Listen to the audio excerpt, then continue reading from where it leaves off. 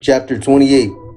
As Grattan was becoming a law enforcement target in Modesto, approximately 1 month after the senseless murder of Castillo, another NF member, Hector Copas Gallegos, was paroled from Pelican Bay to Salinas. Gallegos, who had lived in the Salinas area for a number of years, was an older Familiano who was well known, kind of liked by some people, and portrayed himself as having been a close friend of the late Castillo.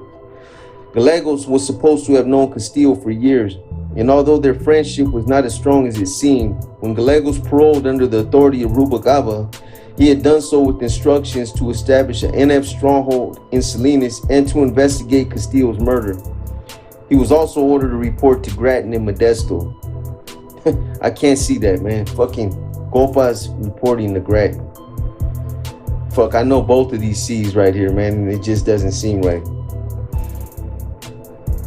A couple of weeks later, on October 22nd, 1998, another Familiano, Isidro Chilo Huerta, paroled from Soledad State Prison via CDC courtesy parole from Pelican Bay State Prison. A courtesy parole is when a well-known gang member or an otherwise dangerous inmate is transferred from one prison to be released from another prison in the vicinity of which the paroling inmate is about to parole.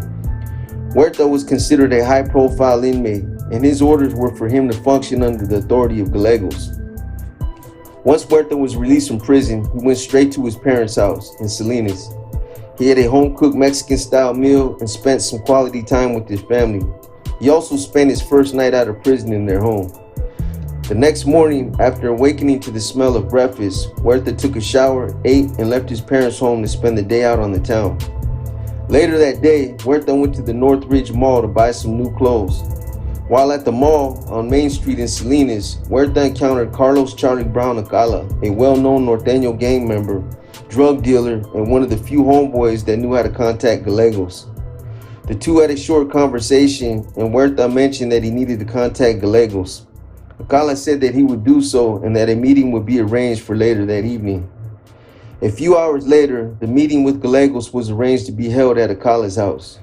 Gallegos got there early. He was there by the time Huerta arrived, and the two were formally introduced for the first time.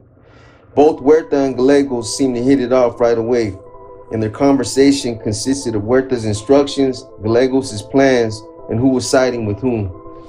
Gallegos explained that his orders were for him to function under Rubalcaba and that there was a lot of internal chaos because of Castillo's murder. He also said that he and not Ramirez was Castillo's replacement as the overall authority in Salinas. Gallegos went on to explain what had been taking place between the NF members in Salinas and what he felt needed to be done about it. What Gallegos didn't know was that he was also put on a NF hit list by the OGB for backing Big Smiley, and he had only been given a token position to make him feel comfortable. Nevertheless, without knowledge of his own predicament, Gallegos told Huerta that Ramirez was running around terrorizing the streets of Salinas, extorting Norteños, and misusing his authority for personal gain. Gallegos said he considered Ramirez an all-out-of-line renegade and that he should pay for Castillo's murder. A couple days later, Castillo called a regimental meeting for those functioning under his guidance. Gallegos let his soldados know they were all on the same train of thought when it came to Castillo's murder and the way Ramirez was running things. Gallegos said he had spoken with numerous familianos in the area and that a majority of the carnales felt he should have been given a pass. Castillo had his faults, but he had been their leader for years. NF members from Salinas were pissed at Ramirez and didn't agree with Castillo's murder. He was well known, highly respected, and in the eyes of many, they felt something should be done about it. Gallegos assigned Isidro Chilo Huerta, James J.R. Romero, and Carlos Charlie Brown Acala to team up as one group, and Rolando Lalo Guarbardo, Raymond Huero Campa, and his brother Anthony Tony Campa to act as another. Gallegos said that Ramirez and his entire crew were to be killed, starting with Ramirez. Everyone at the meeting agreed. On October 22nd, 1998, while Castillo Lobo Ramirez was getting out of his car in the parking lot of the Baranda Apartments where he lived in Salinas, Huerta walked up to him and shot him 4 to 5 times in the chest, midsection, and groin area. The gunshots were surprisingly loud and caught Ramirez off guard. He didn't know what hit him. He took a few steps forward and fell to the ground. Ramirez's wife heard the shots, looked out of her apartment window, and saw Ramirez on the ground. She immediately called 911. Huerta fired a few more shots at Ramirez and ran off. A few minutes later, paramedics arrived. Ramirez was still on the ground, critically wounded and screaming in pain.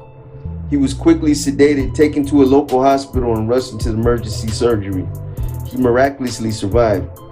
The next day, while Ramirez was in the hospital, the word on the streets was that an older homeboy named Geronimo Garcia Jr.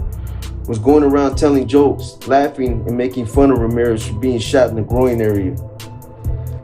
I mentioned this in my book. This is when I said that Geronimo was going around saying that Caesar or that Lobo only had half the balls that he did since he got one of his nuts shot off. Ramirez had heard about it and didn't think it was funny. He had his crew add Geronimo to the hit list they were putting together. 2 days later, Garcia, Ramirez's right-hand man, called a regimental meeting with Vincent Chente Garcia, Paul Spukio Salcido, and an NR member named Joseph Mojo Ibarra. What he didn't know, however, was that Ibarra had secretly contacted the FBI and let them know he was a gang member who was tired of being in the gang. I also mentioned this in my book. He didn't have any cases pending against him, nor did he want to make any deals. All he wanted was out of the gang and to be placed into the witness protection program. He told the FBI exactly what was taking place on the streets of Salinas and that he was willing to work as an undercover informant. At this point, the FBI scheduled a meeting with Ibarra, and he met with their local task force. At the meeting, he explained what he had to offer, and he was eventually placed on the FBI's payroll. He also got 24-hour protection and agreed to wear a wire transmitter into some of Ramirez's regimental meetings, which enabled special agents of the FBI gang task force to monitor them. While at these meetings, all of which were under FBI surveillance, Ramirez let his manpower know that it was Huerta who had shot him. He said that Huerta was a member of Gallegos' crew and that he wanted revenge. It was decided that Ramirez's crew would retaliate on Gallegos, his crew, and Geronimo, but he wanted them to start with Gallegos. Garcia ordered Chente to organize an immediate hit on him. On October 30th, the day before Halloween, Chente and a few of his homeboys, armed with guns, filed into 3 different cars and headed to Gallegos' house on Palmera Avenue in Salinas. The plan was to drive to his house, catch him off guard, and kill him. Chente even suggested that Gallegos be hit with hollow point bullets, but this suggestion never materialized. Acting on the FBI information they received off of the Ibarra tapes, the Salinas Police Department placed a violence suppression unit, VSU, vehicle outside of Gallegos' Palmera Avenue home. When Ramirez's hit team approached the house, they saw the patrol car and kept on driving. The mission had to be aborted, and Ramirez was pissed. On or about November 1st, 1998, Ramirez, knowing he would eventually get another chance to deal with Gallegos, went to Plan B. He told his crew to forget about Gallegos and deal with the other targets. Garcia allegedly ordered Paul Spukio Salcido to pay a visit to the Geronimo, put him in check, and if possible, send him a deadly message. Salcido, who was an aspiring NF member, readily accepted his orders. He and a couple of younger homeboys drove to Garcia's apartment complex. Once Salcido and the youngsters pulled into the complex, Salcido walked to Garcia's apartment and knocked on the door. As the door opened, Salcido shot Garza in the chest and upper body without hesitation. The unsuspecting Garza never had a chance. He was critically wounded and lapsed into a coma as he slumped to the floor. Garza's girlfriend, Maria Lopez, who had been standing next to Garza when he answered the door, was also shot and critically wounded, but she survived. Salcido, seeing the 2 bullet-riddled bodies and thinking they were dead, panicked. He took off running and got rid of the gun. Barely able to talk, she frantically reported what had just happened to her and her boyfriend. Within minutes of the shooting, Salcido and the youngsters were arrested, charged with attempted murder, and taken to the Monterey County Jail. Garza and Lopez were eventually rushed to the emergency room at the Natividad Medical Center, where Ramirez was still recuperating. Garza later died from his gunshot wounds, and murder charges were filed. Not long after Garza's murder, the Monterey County District Attorney's Office was ready to pick a jury, go to trial, and present its evidence. However, as was customary practice within the judicial system, Garcia and the youngsters were given the option of a plea bargain. They accepted, waived a jury trial, and were each given a different sentence, ranging between 3 to 22 years in a California state prison. As for Salcido, there was overwhelming evidence against him. He was identified as the shooter, and with Garza's girlfriend willing to testify against him, he was allegedly offered the statutory minimum of 25 years to life in a California state prison. Salcido, faced with a very difficult decision and a possible life sentence, needed time to think about the offer. He asked for and was granted a court-ordered extension so he would have adequate time to speak with his family, mull over his options, and seek additional legal advice. As per judicial procedures involving murder cases, Salcido's case was postponed. The judge rescheduled Salcido's pretrial conference for on or about December 1st, 1998, which was to be followed, if necessary, by a jury trial immediately thereafter. Although Salcido knew he was going to get a lot of time, he was hoping to get less than 25 years to life. He decided to seek legal advice in an unconventional manner. This dude's a fucking JK. I think he went and talked to a fucking a psychic, and I guess he put all his faith in whatever the fuck she told him. He allegedly contacted his girlfriend and told her to call a psychic hotline. Give the psychic a few numeric equations and ask the psychic for a prediction pertaining to the outcome of his trial, should there be one. His girlfriend was worried and didn't think a psychic was the best place to obtain legal advice. You think? She thought Salcido might be losing his handle on things and told him he should just get his lawyer.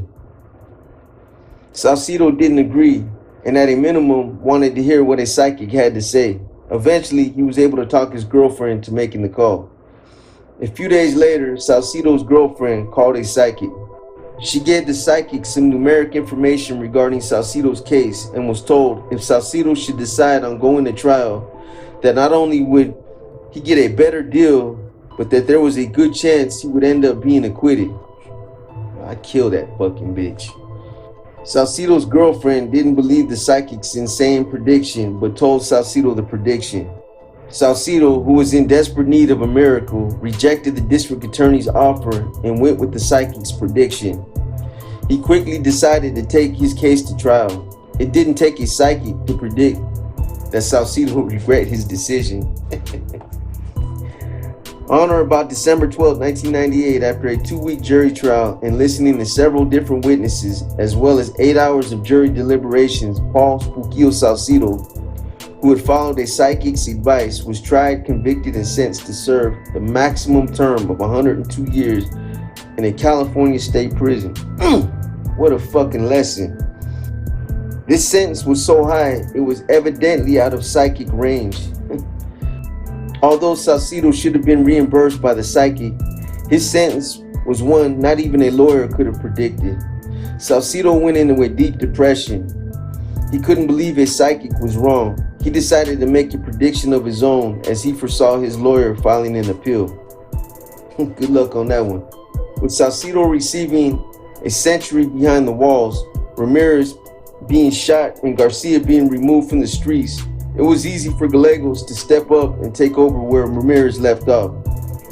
Gallegos ordered Huerta to hide out in Los Baños and had the rest of his crew lay low as he slowly but surely began to weigh his options. Gallegos then hooked up with Anthony Tony Valencia, a well-known and respected big-time drug dealer in Salinas. Gallegos and his crew began selling large amounts of cocaine, methamphetamine, and heroin.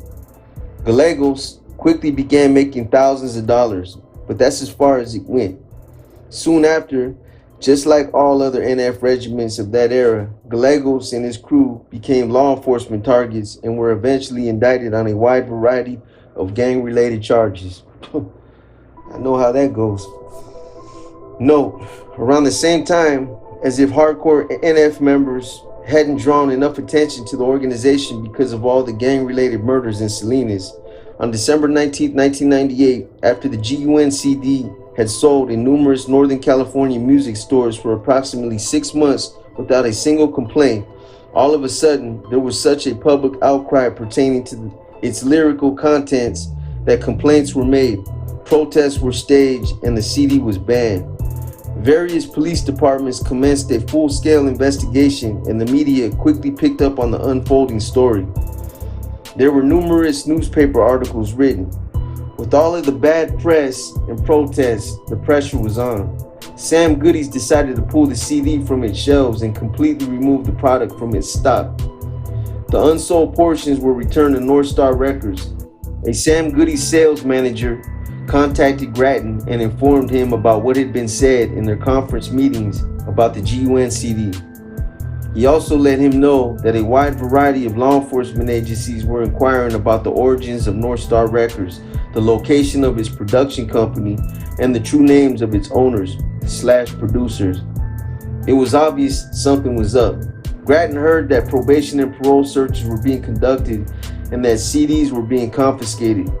He also learned that anyone on probation or parole who was found to be in possession of Nuestra Records material were being held in violation for an unauthorized access to gang paraphernalia.